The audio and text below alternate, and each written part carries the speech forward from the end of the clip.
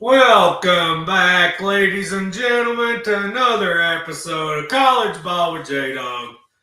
Today, we got a few things to cover, y'all. College football playoff, staying at 12 teams. There's a few things about that we need to discuss.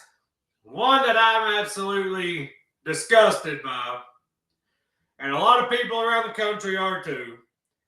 And we'll discuss the reason they're staying at 12. We've also got Dabo calling out Ole Miss for tampering with this player. Also calling out other coaches for whining to him about it instead of doing something about it. Which leads to, should the NCAA actually be enforcing their tampering rules? If you have hard, concrete evidence that somebody tampered with your players, should the NCAA do something about it? Then you got Tennessee playing against a 3-year NBA player tonight against Alabama. What does it come to, y'all? Also, sponsorships on jerseys have been approved. How do you feel about it? I'm going to let you know how I feel about it. Before we do all that, y'all, big snowstorm going on across the United States. Of course, East Tennessee gets the screw job as usual. Monday, Tuesday, they're calling for 12, 16, 18, 20 inches of snow. And as the week goes on, as usual, Eastern Tennessee gets left out. We might get a couple of inches, a little bit of sleet, a little bit of freezing rain. Then tomorrow, the warm nose comes up, screws us over. Rain, rain, go away, come again another day. Then you got dangerous cold Monday, y'all.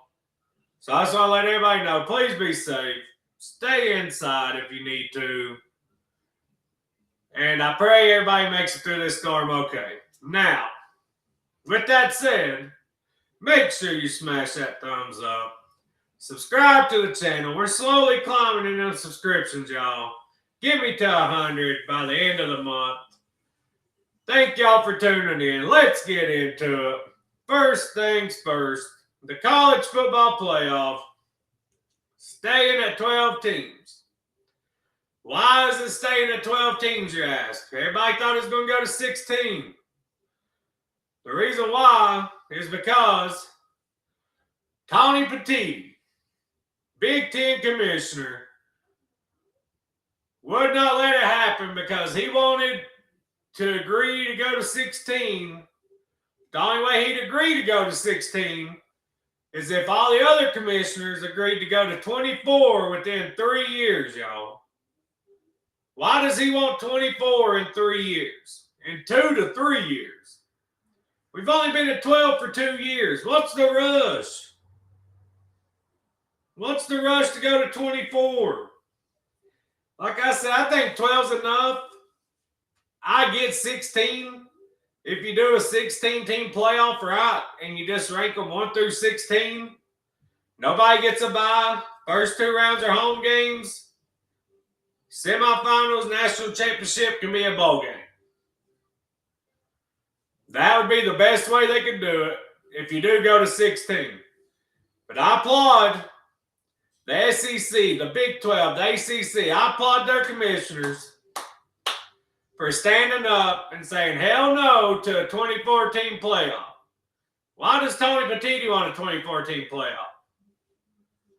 Because his middle-of-the-road teams aren't going to get in unless they go to 24. They go to 16. If they went to 16 this year, who would have got in? Notre Dame, Texas, Vandy, and maybe USC, somebody like that, but more SEC teams are Big Ten teams. So he's crying over spilled milk, wants to go to 24 within 2 to 3 years. I'm glad the other commissioners stood up and said, hell no, we'd rather stay at 12 than to go to 24 within 2 to 3 years. If college football goes to 24-team playoff, it ruins the sport. The regular season is what makes college football so special. You go to 24 teams, you're going to have 4 and 5 lost teams making the playoffs. No thank you. Another change to the college football playoffs is ACC will get an automatic bid. All 4 Power 4 conference champs get an automatic bid, whether they're ranked high or not. So say this year, if this rule was in place this year, Duke wins, they get the automatic bid, probably knocks Miami out, and you got a whole different national title game. Because they probably wouldn't have jumped Miami over Notre Dame if Duke won, because I think they only done it because they didn't want to leave the ACC out completely. Even though I agree Miami should have been above Notre Dame because they won head-to-head. But I think that was a last-second shift to get an ACC team in because they didn't want to leave a Power 4 conference out. So if that was this year, you had no James Madison. You had Tulane, probably Notre Dame, and Duke. If not, even still Duke and Miami. So I do like that. That way you never have 2 group of 5 teams in this playoff system ever again. They robbed college football fans of another good potential game by putting 2 group of 5 teams in. Like I said, you want to put one in, let's play fairyland, oh, make-believe land, oh, yeah, y'all are playing the same sport as the big dogs. Go ahead. One huge blowout ain't that bad. But 2 group of 5 teams should never, ever, ever get in the playoff again. The group of 5 was smart. They'd start their own playoff, make way more money off of it, and crown their own champion instead of living in fairyland thinking that they're playing the same sport as the Power 4 is. Because they're not. And to be honest, besides Texas Tech and maybe BYU or somebody, a couple of Big 12 teams, a lot of Big 12 teams are just a step above group of 5. I wouldn't even call it. It's really a Power 3, and then the Big 12 is between Power and Group of 5, in my opinion. So that's the 12-team playoffs, y'all. Let's get to the spicy stuff here. Let me get a sip of this Mountain Dew Zero real quick. Dabo calls out Pete Golding and Ole Miss for tampering with his linebacker. Okay. Here's how it went down. This is me paraphrasing, ain't word for word. The text messages that they got. Ole Miss calls them up. Hey, we'll offer you $1 million. No thanks. If you keep texting me, I'm going to tell Dabo that you're tampering. Ole Miss general manager messages back. Oh, I get it. I don't want to, but Pete Golding does what he wants to. And he says, what about $1.5 million? Dude still says no. Goes tells Dabo. After he tells Dabo, Ole Miss still says, well, shit, what about $2 million? Dude says, all right. Enters the portal, goes to Ole Miss. After telling Dabo that Ole Miss was tampering with him, he still goes to Ole Miss. Because they just kept offering so much money that he just had to say yes. And then Dabo goes to the podium, talks about it. Look, you tamper with my players, I'm calling you out. He says other coaches have called him and said, oh, you wouldn't believe what teams have done to our players. You wouldn't believe what teams have called and said to our guys trying to get them here in the portal, blah, blah, blah, blah. Okay, Dabo says, well, instead of calling me whining about it, why don't y'all grow some nuts? Come up here and tell your story too. Because if you're not going to, then you have no right to complain. And usually, I call Dabo a whiner. I call Dabo a dinosaur. He ain't changed with the times.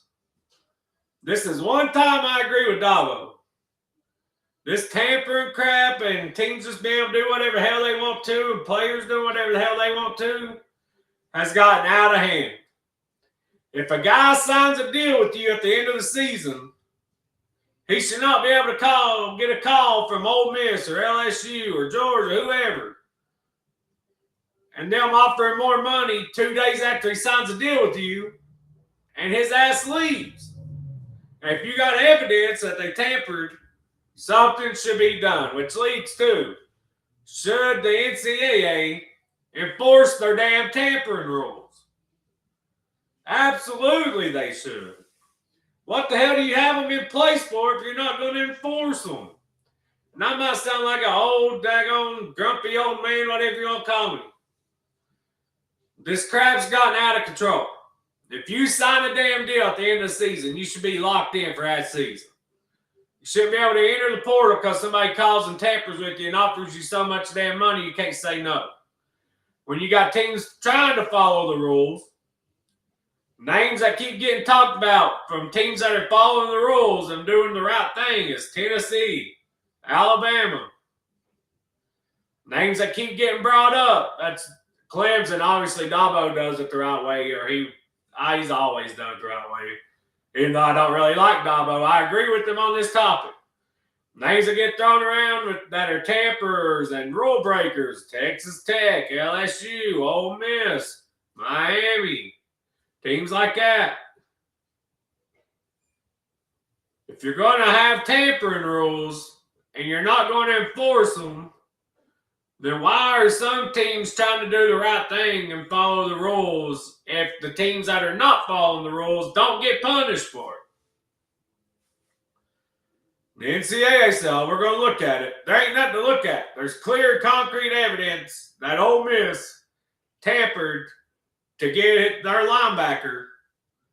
And you know there ain't nothing going to come of it. Duke suing Miami for tampering with their quarterback. The guy signed a deal.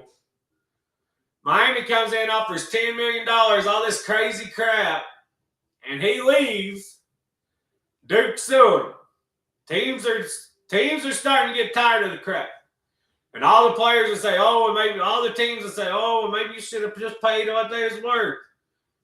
You be the same ones on here whining, same ones on here crying when your players get took. But if it goes in your favor, you're okay with it. And it's like I said, I know almost every team tampers. But they shouldn't. I think they should enforce tampering so tampering damn stops. And I think you sign a deal at the end of the season, you should be stuck to that damn deal. And until you get collective bargaining, it's never going to happen. Because the NCAA ain't got the balls because they're so scared of the courts overruling them. Well, just like the situation tonight. Tennessee playing Alabama in basketball. Alabama will be playing Charles Bediako, who's been in the NBA and the G League for 3 freaking seasons. NCAA says, hell no. Well, what's the judge say? Judge says, oh yeah, let him play. It's funny why when stuff starts coming out, you find out why the judge says, oh, yeah, let him play. It's because of this right here. The judge who granted former G League Charles Bediako immediate eligibility for Alabama is listed as a 6-figure donor for the Crimson Tide, while his wife is representing Darius Miller, his former teammate, in a murder case. Okay. Makes sense, right?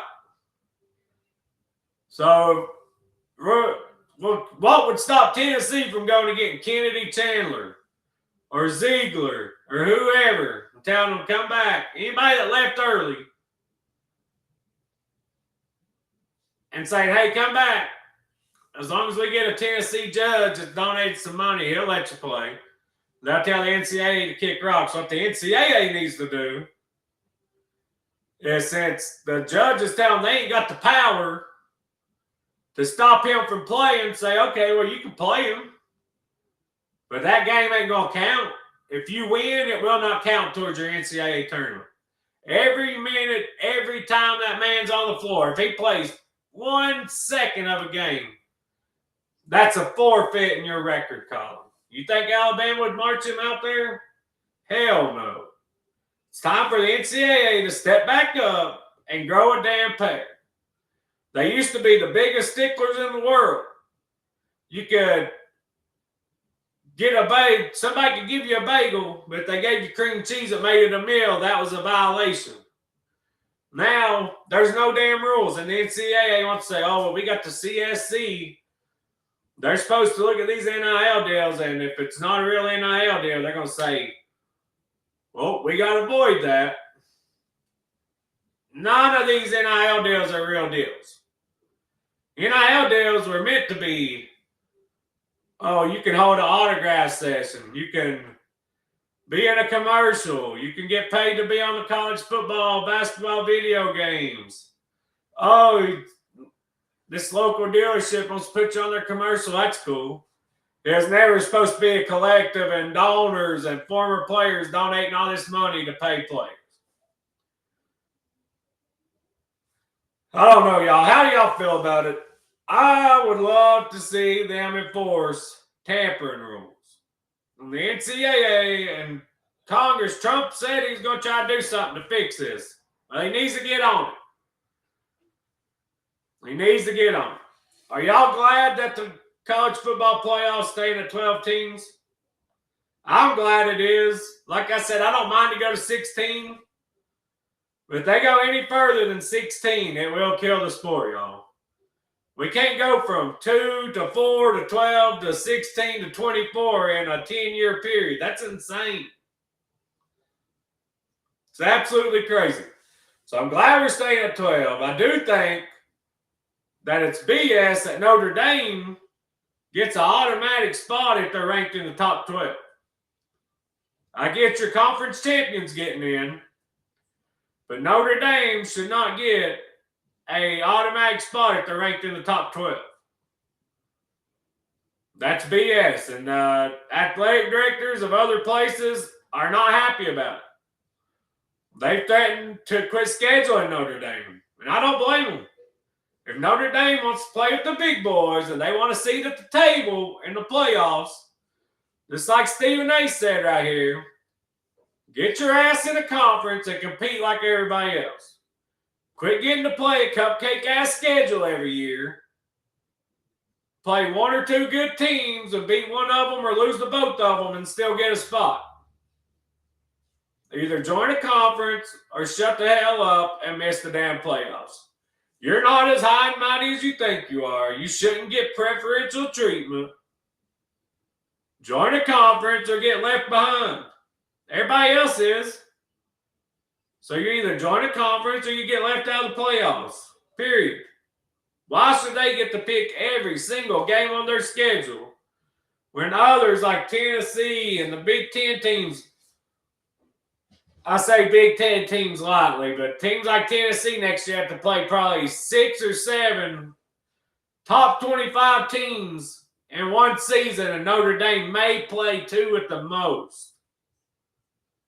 But hey, if they go 10-2, they'll have a spot at the table. But if Tennessee goes 9-3, they'll get left out, even though their strength of schedule will be top 10 and Notre Dame's will be in the 80s. I don't know, y'all. I've ranted enough. How are y'all feeling about it?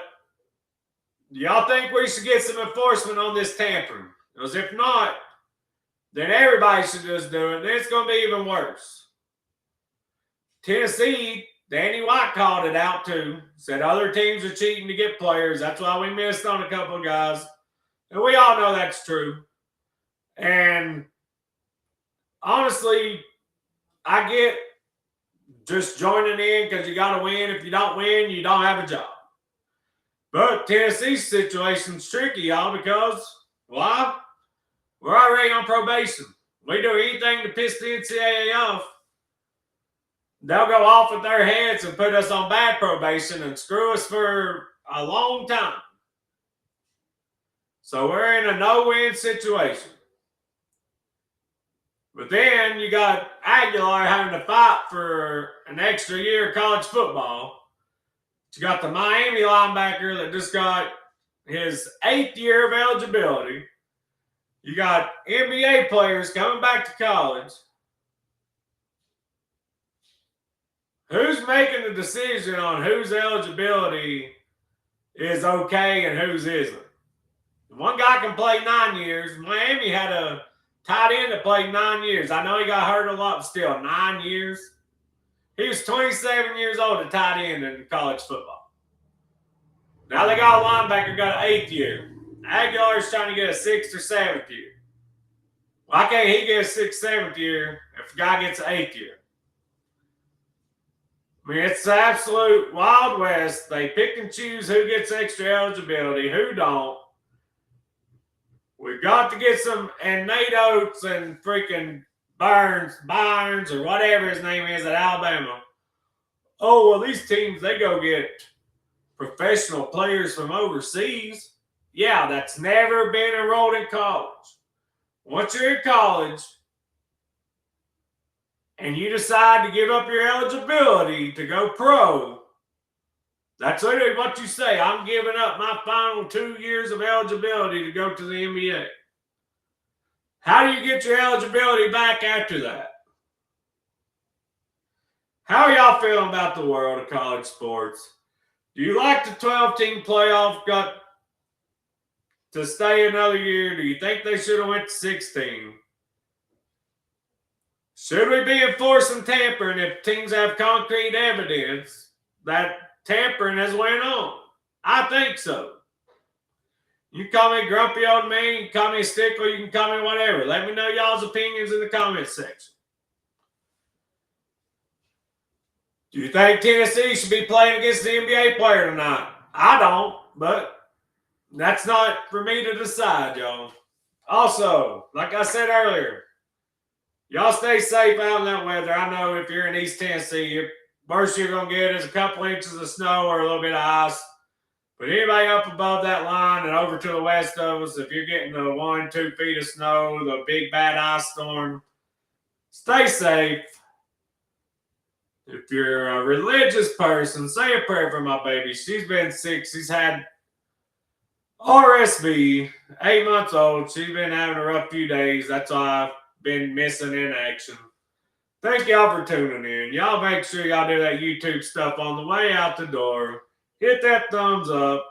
Get in that comment section. Give me y'all's opinions on these topics, y'all. I like to comment back and forth with y'all, see where everybody else sits, where their frame of mind is compared to mine. And make sure you hit that bell, subscribe to the channel, help the channel grow. Thank y'all for tuning in. Stay safe out there. God bless. And as always, go Vols.